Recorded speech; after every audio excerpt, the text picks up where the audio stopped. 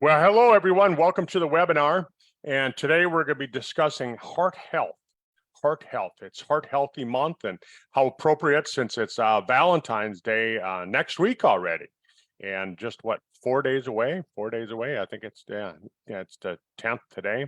So we want to talk about how we can lower the risk of having heart disease and maybe help you so that you can stay healthier. And let's move Katie over here to the panel. But that's what we want to talk about tonight, and share some important tips and maybe share some information about some Sisel products. Of course, we can't say that Sisel products cure or treat or anything like that. All we can say is that we found that nutritional products will help with making your body more optimal, so it has optimal health. And the heart healthy products that Sisel has will help to keep you healthy.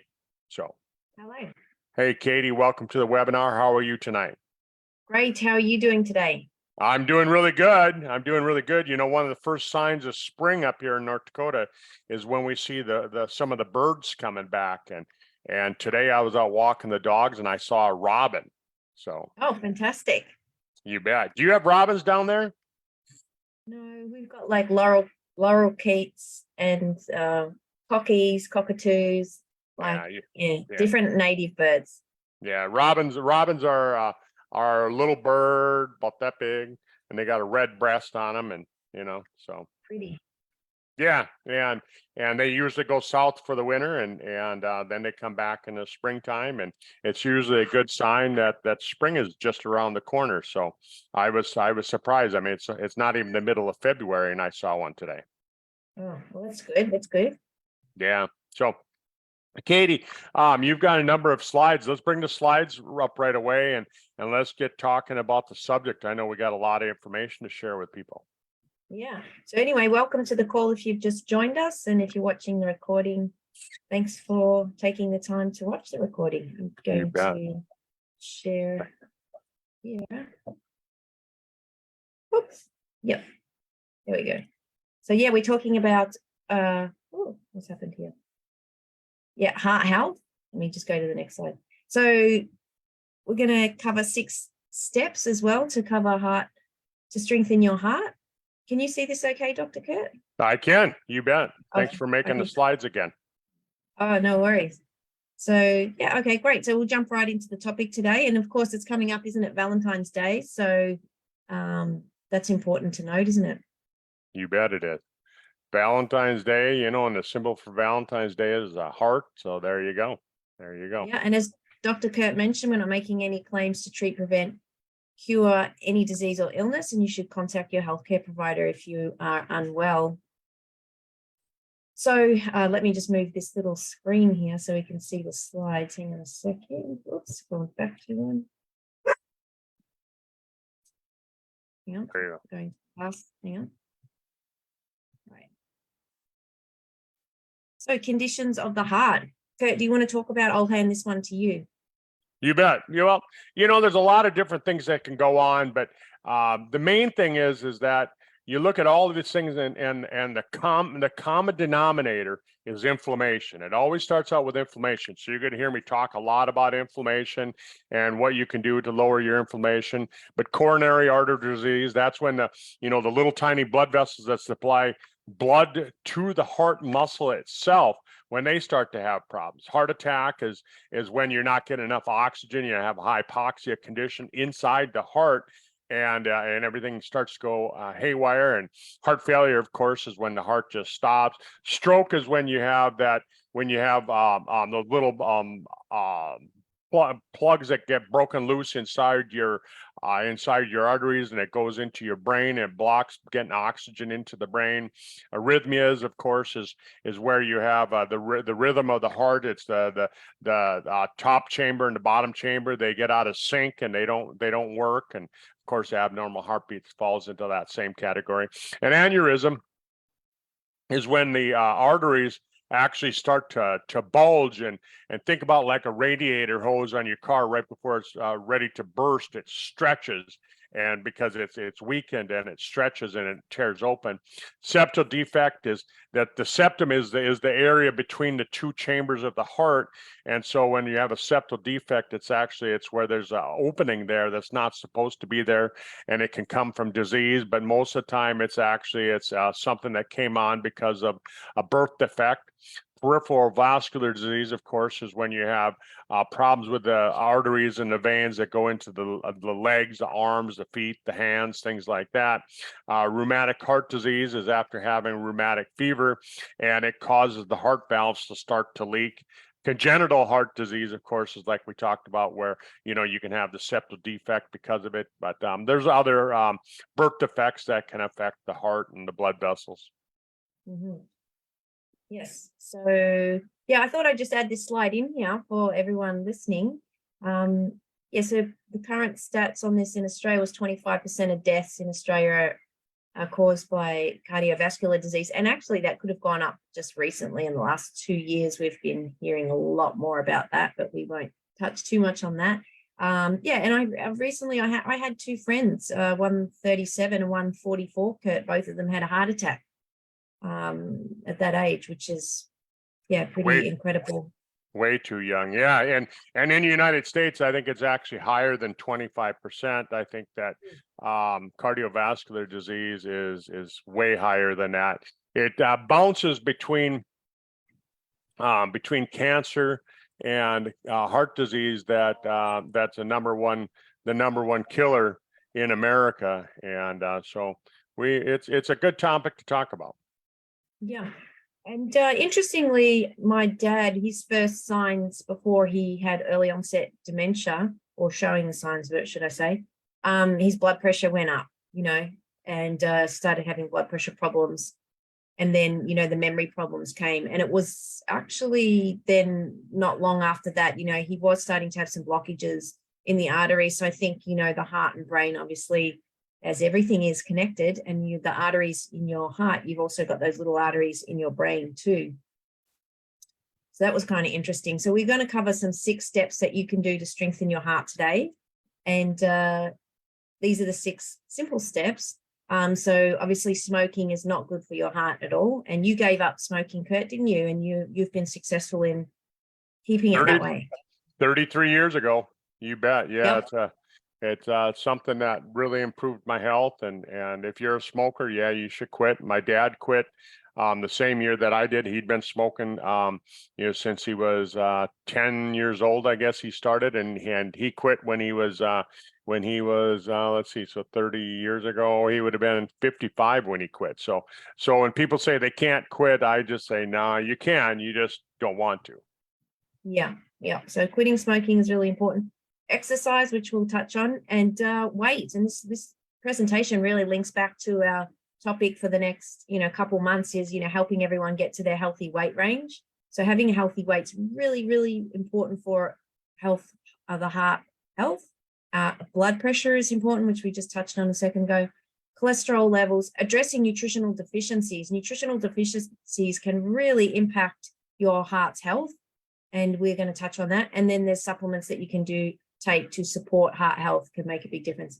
And then, of course, we put in brackets down the bottom genetics. So, obviously you can't change your genes that you were born with. Well, not yet. Maybe in the future they'll be able to tinker a bit more with them, but you can't change them. But if you know about them, and you've got a history in your family or certain things, even with like a smart DNA test, then that can really go a long way into supporting you to have a healthy heart.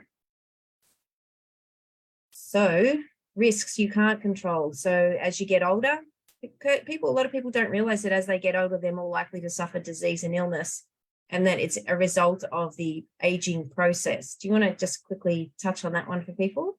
You bet. Well, if you look at aging, basically what it is that your cells can't repair themselves as quickly as they damage themselves. So what happens is that the damage builds up. And when you're younger, we remember having Tom Maurer Sr. talking about, when you're younger, you have lots of stem cells that repair the damaged cells. When you get older, you have a lot fewer stem cells. Yeah, there you go. So men are generally at higher risk, although women, their risk goes up after menopause. Your ethnic background, so certain people from different origins are more likely to have a higher risk.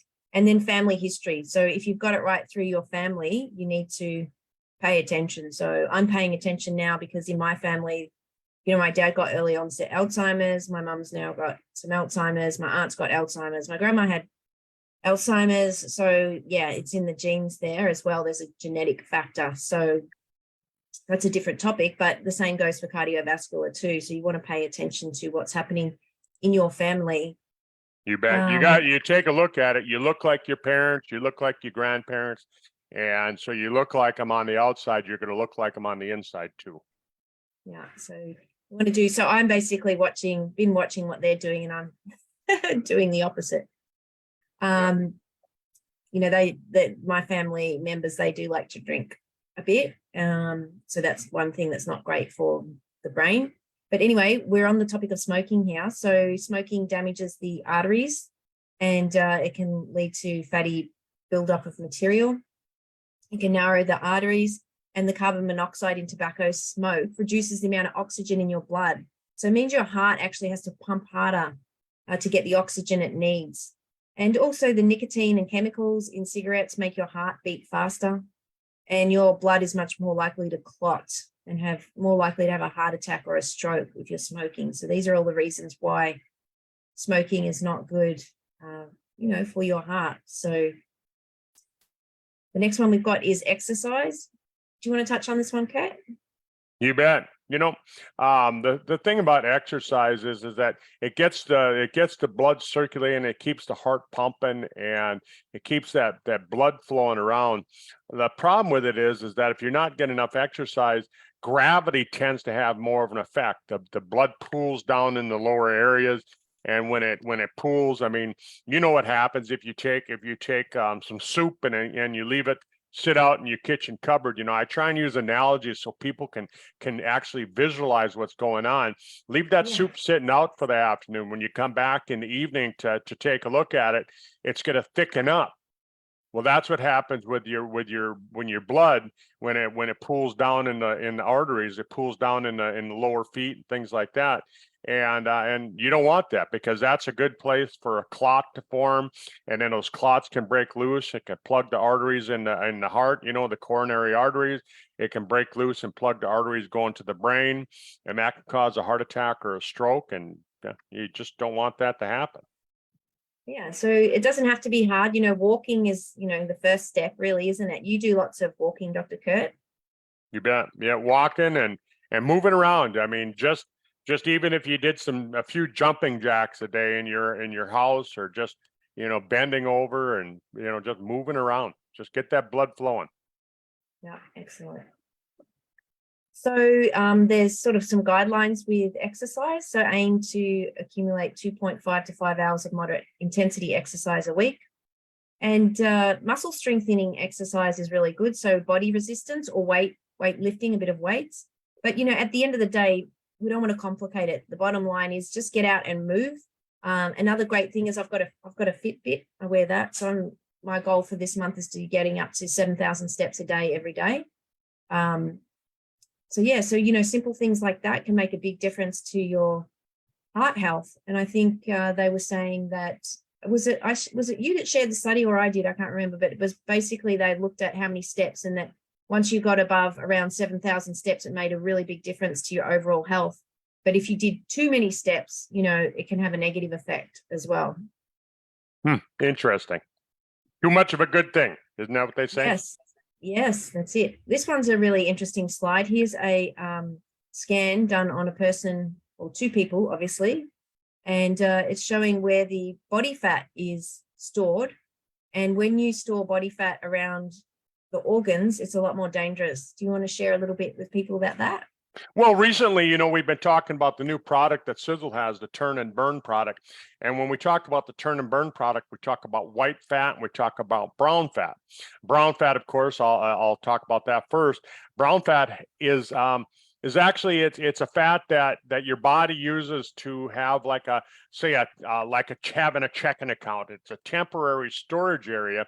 Your body puts the calories over there, and then there's mitochondria, which are power plants for the cell, and it burns that fat as energy, and it has good arterial supply. It has a good blood supply, and it has good nerve ending. Now, when you look at white fat, it's quite the opposite. White fat is actually long-term storage. Like when you take a look at a bear, that's you guys don't have hibernation down there like we do up here in the wintertime. Bears go into hibernation and they dig themselves a hole, or they find some place where they can just go to sleep through the winter. Well, in order to do that, they have to have all their energy stored up. They have to have energy because their cells are still burning energy. Even though they're sleeping for 3 months, their cells are still burning energy. So that white fat, that's what it's for. And so if you have a diet that's really excess in sugar, Katie was talking about genetics. If you take a look at people that have, they call it the thrifty genotype.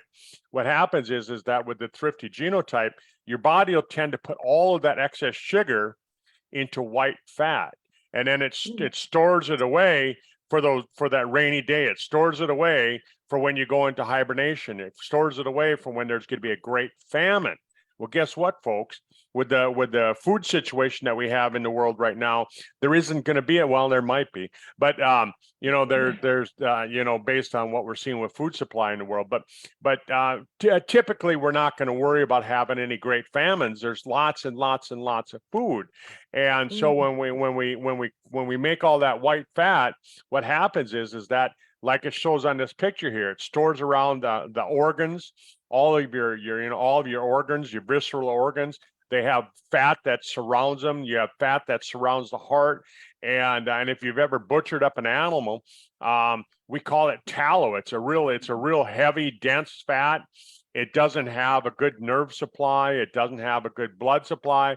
And so what happens is that's why it's so hard on the cardiovascular system, because your heart has to beat so hard to push that blood through the fat cells in order to keep that blood circulating. And then what ends up happening is that your organs get surrounded by that white fat as well. And I mean, it's just not good. It's just not good. So you want to try and reduce the amount of sugars and things that you eat that are going to cause that white fat to grow. So yeah. Okay, great. So that's really good picture there. So manage your weight. So yeah, at the moment we're running the weight loss challenge. It's not too late to enter. If you want to join our group, then please do so. I'm doing weekly little webinars, check-ins on the Monday nights.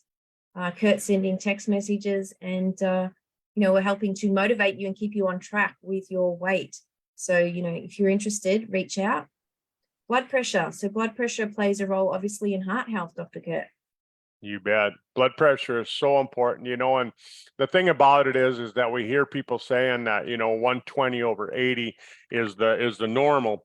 It's the normal average. It's not the normal, because you're going to have somebody who's real small. They're not going to need as much blood pressure. You're going to have somebody who's in really good cardiovascular shape. They're not going to need to have as high a blood pressure. And then you're going to have bigger people, I'm not talking big as in fat, but bigger people, and they're just going to have higher blood pressure because it takes longer. It takes more to push it around. But when the blood pressure gets uncontrolled to where it's having to work harder to push that blood around, what ends up happening is that it tears the little arteries. And there's where the problem comes in, because when it tears those little arteries, the little micro tears in the arteries, those can turn into what we talked about earlier. We talked about the aneurysm. What happens is the body tries to plug up those micro tears, and it lays down a layer of cholesterol inside the artery. And then that cholesterol's fat, and of course fat stores toxins. Most of your toxins are fat soluble, and then that builds up inside those arteries, and pretty soon that'll break loose, and that can cause a heart attack or a stroke. Right. So, again, coming back to weight's one of the biggest things you can do for that, isn't it? Having a healthy weight. You bet. So cholesterol, we were just talking about this. typically people say cholesterol's eating too much fat, but as Dr. Kurt's going to share with you, it's the excess sugar in the diet. Well, it's those other things too, as far as like smoking, anything that your body looks at as being a toxin, right? Yeah. And so when you look at sugar, if you're consuming too much sugar in your diet, what ends up happening is that sugar acts as a toxin and the body has to store it somewhere. So again, like we were talking about, it's going to store it in the fat cells. And if you don't have enough fat cells, it's going to make fat cells. And then those fat cells, they start to plug up the arteries. And when they start to plug up the arteries, then what ends up happening is that there's little micro tears in the arteries, and then there's a biofeedback system in the body through the brain. It tells the body to produce cholesterol. So the liver actually produces cholesterol. The bad cholesterol is actually produced by your liver, and then what that does is that plugs those arteries even more, and it's just kind of a circling type of effect. It circles back, and all of a sudden now you've got arteries that are plugged. And it could have started just by eating too many donuts every day. Right. Yeah.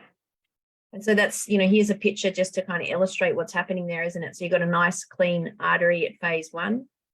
And as the condition gets worse, you've got the cholesterol building up and narrowing that artery so the blood just can't get through. Yeah. You want to hear an interesting story? Back after World War I, about the time that World War I happened, so about 1917, 1918 back, and then that's when the EKG machine was actually invented. So a little over 105 years ago or so, the EKG machine was invented over in Germany, and the American physicians, that had served in the war, they brought that back to the United States. And it wasn't called the FDA then. It wasn't called the AMA. I don't remember what it was called. But the regulatory body here in the United States said, well, you got to prove that it works. You got to prove that it, does something. Because, medicine was still, 105 years ago, modern medicine was still pretty young back then. And it took them 3 years to find enough people with heart disease to actually prove that the EKG machine actually worked. 3 years, Katie. Think about that. And now I could take that EKG machine and I could go into any high school and I could find enough 16 and 17-year-olds in an average high school that I could prove that the EKG machine works. That's how bad heart disease has gotten in the last 100 years. Yeah, wow. So inflammation, you talked about this at the start, so fats and heart. So let's talk about this. Do you want to, I'll hand this one to you. You bet. Well, like I talked about earlier, pretty much any cardiovascular condition, the first sign of a cardiovascular condition, first sign of heart disease is actually inflammation. And so when you like Katie put in the slide here, subpar fats. And it's not just eating the subpar fats, like when you think of like the, eating the fat that's really thick and things like that. But it's also if you have an imbalance between the omega-3s and the omega-6s, that you've heard me talking about this in the last couple of years. They found here in the United States, and I'm going to say it's probably not much different down in Australia, because anybody that eats a Western style diet, that we tend to eat more omega-6s than what our ancestors did. And you're supposed to have omega-6 to omega-3 is supposed to be a 1-to-1 ratio. If you look at wild animals, if you eat the meat of a wild animal, it has a ratio close to 1-to-1. But if you eat beef, if you eat chicken, if you eat any meat that's raised on a farm, they tend to have a higher level of omega-6 versus the omega-3. And that causes the omega-6 levels to go up. And then people who don't really know what they're doing when they eat a vegan diet, they also consume a lot of omega-6s, because most plants make a lot of omega-6 versus omega-3. So you can't just go on a vegan diet and say, oh, I'm going to take care of it, I'm going to eat a vegan diet. I know people who are vegans who still have heart disease. So Sure. Yeah, Absolutely. Yeah. So the omega, the ratios there. And so wild caught salmon, sardines, herring, organic flax, hemp, walnuts. All those things are really great for healthy fats in the diet. So it's You about bet. changing those ratios around. And we're going to touch on some products that can support that. So we've just talked about that. Let me go to the next slide. Oh yeah, so we've just got some of the oils that contribute, the inflammatory type oils there, Dr. Kurt. Yep, omega-6, there it is. That's why, right there. Nutrient deficiencies and homocysteine levels. So this is a big one for heart health. And unfortunately, I've got this genetic problem. I don't absorb B6, 9, or 12 properly. I don't methylate those vitamins. And so, it's better for me to have it in the active form and more of it than a normal person who doesn't have this problem. And that is really important for heart health. So coronary heart disease is implicated in deficiencies in these vitamins. I know my dad had this problem, and also then interlinks with Alzheimer's there as well, because if you're B12 deficient, one of the symptoms can be dementia. So I'm quite certain, Kurt, that he was B12 deficient. The thing is, it's an easy thing to correct if you know that the problem exists. So those are really important nutrients there, really important vitamins. We've got a little testimonial from you actually here. Let me see if it'll play. It goes for 2 minutes. Hi. I'm recording this call, so great. I'll let you know. Yeah, you wanted to hear about what I was doing with my mom. It was a couple of years ago. I want to say, I can't remember the exact date, but I want to say it was about 5 years ago. My mom's 82 now, so she would have been about 76, 77 years old. And maybe even, it might have been earlier than that. But she had 90% plugged carotid arteries, and the doctors wanted to go in and do surgery, and they wanted to put stents in her neck. And I'm really not a big fan of stents. I think they save a lot of lives, but I don't know the answer because there's really no long-term studies on stents, and I'll just leave it at that. I'm not going to say they're good or bad. I do think they've saved a lot of lives, but I thought it'd be worth a try putting my mom on a couple of different products, and I'd heard some great results with it. So I put her on a triple dose of the Eternity product, which is resveratrol. And we've got a unique formulation with our resveratrol, and you can go through all the science on that, but I won't go through it here. But I put my mom on a triple dose of resveratrol. I had her on a double dose of the Super Omega, and within then the doctors agreed to give her 3 months to try that before they did the surgery, and 3 months later, her carotid arteries went from 90% plugged down to 30% plugged. It was pretty amazing, and I can't say it was the product. Wow. They don't allow us. The FDA doesn't allow us to say that, but that's what we did. Plus we put her on a strict diet, as far as like cut back on the processed carbs and things like that.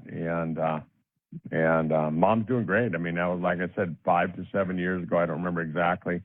And she goes back to her cardiovascular surgeon now, and she's never had to have those stents. Her carotid arteries have never plugged back up. Yeah, so that's a great testimonial. Yeah, Dr. what's great on that is that the cardiovascular doctor that she sees, he keeps having her come back every year because he keeps thinking, well, it's going to come back. And so he goes and he tests those carotid arteries every year, and they've remained open for the entire time. They've never gone back and gotten plugged up again. Fantastic. How Yeah. wonderful. So the next, go on. Oh, I was just going to say, as far as when you take a look at the two products that we were using with the resveratrol, resveratrol is really great. It helps in a couple of ways. It helps with the SIRT1 genes, which are the genes that help damage DNA. But they've also found that resveratrol helps with with heart health. It helps with the blood vessels. It helps with getting the good fats and the bad fats kind of balanced out, and it can help with that kind of that plaquing and reducing that. So that's one of the great things about Eternity, about resveratrol. And then and I want to just add this, the one thing that makes, because I have people say, oh, I take resveratrol. Resveratrol is easily oxidized. It's highly oxidizable. If it gets exposed to air, if it gets exposed to oxygen, it oxidizes, which means that it's not going to be as effective at doing what it's supposed to do. And so when Tom invented this, when he formulated the Eternity product, he made it so that the resveratrol doesn't get exposed to any oxygen. When it gets put in that bottle, it's never been exposed to any oxygen. It's never been exposed to air until you crack the bottle open.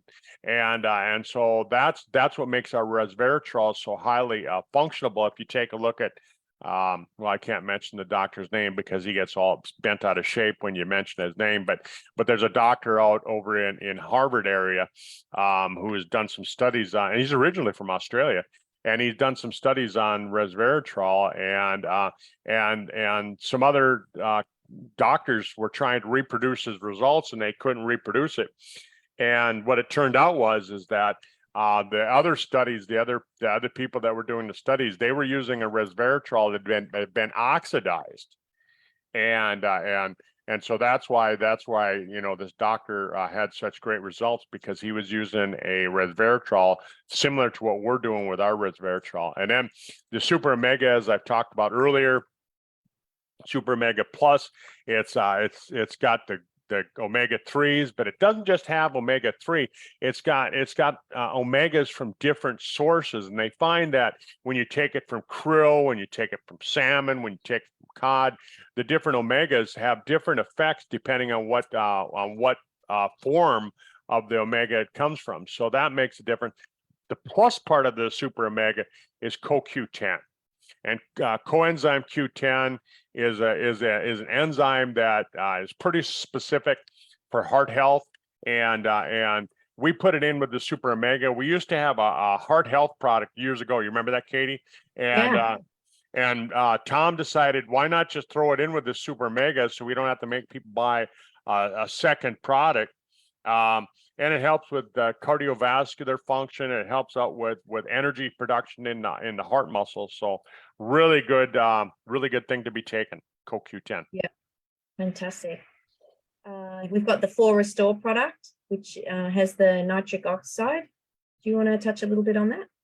Well, I'll just say this about 4 Restore and about nitric oxide. Really, again, I like using analogies. We can talk all about the science. You can read, what Katie put on the slide here. Bottom line is that when you take a look at 4 Restore, it's got extracts from red beet. It's got L-citrulline, L-arginine, and what those two amino acids, what they found that they do is they act like a roto-rooter in the arteries. They clean the arteries out, they open them up, and that's all you really want to remember. If you can remember that, that's all you have to remember about nitric oxide. Yeah, fantastic. And we've got a great testimonial from Ian, was taking this product. He does take this product to really help support his blood pressure. So he's had some amazing results with the 4 Restore there. And he even charted his progress because he's a scientist and he loves it. So we've already talked on the Eternity, so you've covered that. We've talked about the Super Omega, you've talked about that. We've got also the Spectramax, and then we've got some other products too in the Sisel range that you wanted to just touch on before we finish up here, being Heart Health Month. You bet. Well, when you take a look at the triangle of life, the Eternity, of course, being one of the 3, the triangle. Spectramax has 74 trace minerals, and there's over 2,000 biological processes going on in your body at any given time. Right now, 2,000 things are happening. You're not in control of it. If you're listening to this recording, or if you're listening to this webinar, that's what you're doing. If you're drinking a drink while you're, a drink of water, your body's getting ready to digest it. You're not in control of that. But there's other things that's going on. Your heart is beating. You're digesting food. Your brain is functioning. All those different things are going on.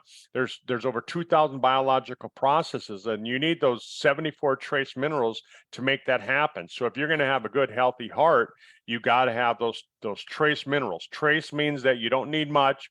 Essential needs that you need them to live, and your body can't make them. And then fucoidan, of course, the reason that that's listed as far as a heart healthy product is because it gets rid of inflammation. Remember, I said that earlier, that when you take a look at any cardiovascular disease, whether it's arterial or it has to do with the heart, anything like that, it all starts with inflammation. The heart on fire. I remember I went to a seminar way back, probably 25 years ago, and the name of the seminar was with Hearts on Fire. And that's what they talked about, is that the heart was on fire, it was inflamed. And we talked about all the different things that you can do to lower that. And Katie, if you take a look at the newsletter, I don't know if you can see this. I've got it here. There you go. Take a look at that. If you scroll over to that page 3 over there, the page that says 229 billion every 34 seconds. If you if you go to that and you look at that, I mean, it basically says every minute 2 people have a heart attack in the United States. Every minute. Right now, in the last 30 minutes that we've been doing this call, 60 people have had a heart attack in the United States. And so it's really important that we talk about this kind of thing, because I think it's going to get worse before it gets better, based on some of the things that we're seeing going on in the world. But we've talked about the omega-3 fatty acids. We've talked about the super omega. We've talked about Eternity, and we've talked about resveratrol. Turn and Burn also has some resveratrol, but I don't really consider it a resveratrol product just because it doesn't have very much. And then you take a look at magnesium. Magnesium is so important because magnesium helps create that balance with sodium and magnesium. What it does is that, remember that your heart has kind of a computer, a timer in it that says, the one half of the heart beats now, the next half beats then, beat now, beat then. And so it has to work in sync. If it gets out of sync, you get that arrhythmia, or you can have a lot of problems. Like you hear these young people, these young athletes having this heart disease where they're falling over dead out in the field. And what's happening is the heart's getting out of rhythm. And magnesium really helps kind of keep that in rhythm. You look at CoQ10, it recharges the mitochondria like we were talking about earlier. It's found in Super Omega Plus. Curcumin, oh man, it's a great anti-inflammatory. It's found in Brain Vitality. It's found in Turn and Burn. It's found in the Renovator product. It's found in a couple other different products as well, but curcumin is a great product for getting rid of inflammation. Green tea extract is found in the coffee. The tea is found in the Fire and Ice. It's found in the Turn and Burn. Helps to lower the bad cholesterol. Helps to lower triglycerides. Helps to make it so that your cardiovascular system and your sugar levels are normal, like Katie was talking about. Folic acid is so important. And some people like Katie, their body doesn't process regular folic acid, so you have to take a specialized form in order to control those homocysteine levels and keep that normalized. But we've got folic acid in the Encompass, we've got it in the Siseline, we've got it in the Spectramax, the Sport, and the Brain Vitality. Vitamin K2. It's in the calcium K2 product. They talk a lot about K2 when it comes to bone health, but they're really finding that K2 is so much more important. It's involved with cardiovascular health. It's involved with the nerves. It's involved with so many different things. Even with your immune system, K2 is so important. And then the niacin, the main one that I think of when I think of niacin is the H pill. They found that years ago, doctors used to prescribe niacin to lower cholesterol. They used to prescribe niacin. The doctors would actually recommend it. And they quit doing that, of course, when they came out with all these cholesterol medicines, so now they use that instead, but it really doesn't work the same. The niacin is so much healthier. And then Katie, you've got an app for your phone where you can determine if you're getting enough fiber, don't you? What's your app? How do people get on that app? Oh, it's free. It's just called Fiber Counter. You can download it from the Google Play Store or the Apple Store, and it's fiber spelled ER. And you can just punch your foods in there and work out how many grams of fiber you're having in the day. So you want to hit the healthy amount. Women is 25 grams, and men is up to 35 grams of fiber. It's really, really important for healthy stool movements, for constipation, for heart health, for weight, for diabetes, for sugar regulation. I mean, yeah, it's incredible the benefits of fiber, and it's just an understated nutrient. You bet it is. And again, I like to use an analogy. I mean, why would you want to use fiber? Well, fiber soaks up the bad fat. Whenever there's an oil spill, I don't know if you guys ever have any oil spills down in the ocean around Australia and New Zealand, but up here in the United States, there's been several times when there's been an oil spill. You think of the Valdez, it was up by Alaska. It sprung a leak in this big oil tanker, and there was thousands and thousands of gallons of oil that was being spilled out in the ocean. And so what did they dump in the ocean water to soak up the oil? Fiber. They dumped fiber into the ocean, and the fiber soaked up all the oil. So think about that. Oil is fat, right? So if you want to get the bad fat out of your body, you got to get the fiber, and just think of kind of the oil spill. And there's a great analogy for doing that. And then we talk about ribose. Ribose is one of the building blocks of ATP, and ATP is the cellular energy, and that's found in the H pill. So ribose is a really good nutrient for keeping your energy levels up. If you got energy, you're going to have ATP, and it's going to help tend to keep the heart in better shape. That's it. All right. Thanks for joining us. We've gone a little bit over today, but it's such an important topic, our heart, You bet. The center of the world. You bet. Well, everybody have a happy Valentine's Day. Make sure and keep a healthy heart, and do whatever you can, spread the word to other people. Let them know that there's something they can do. There's something they can do. We can't say cure, treat, but we can say we can optimize your cardiovascular system. Yeah, fantastic. All right. Have a great day. Bye, everyone. Bye.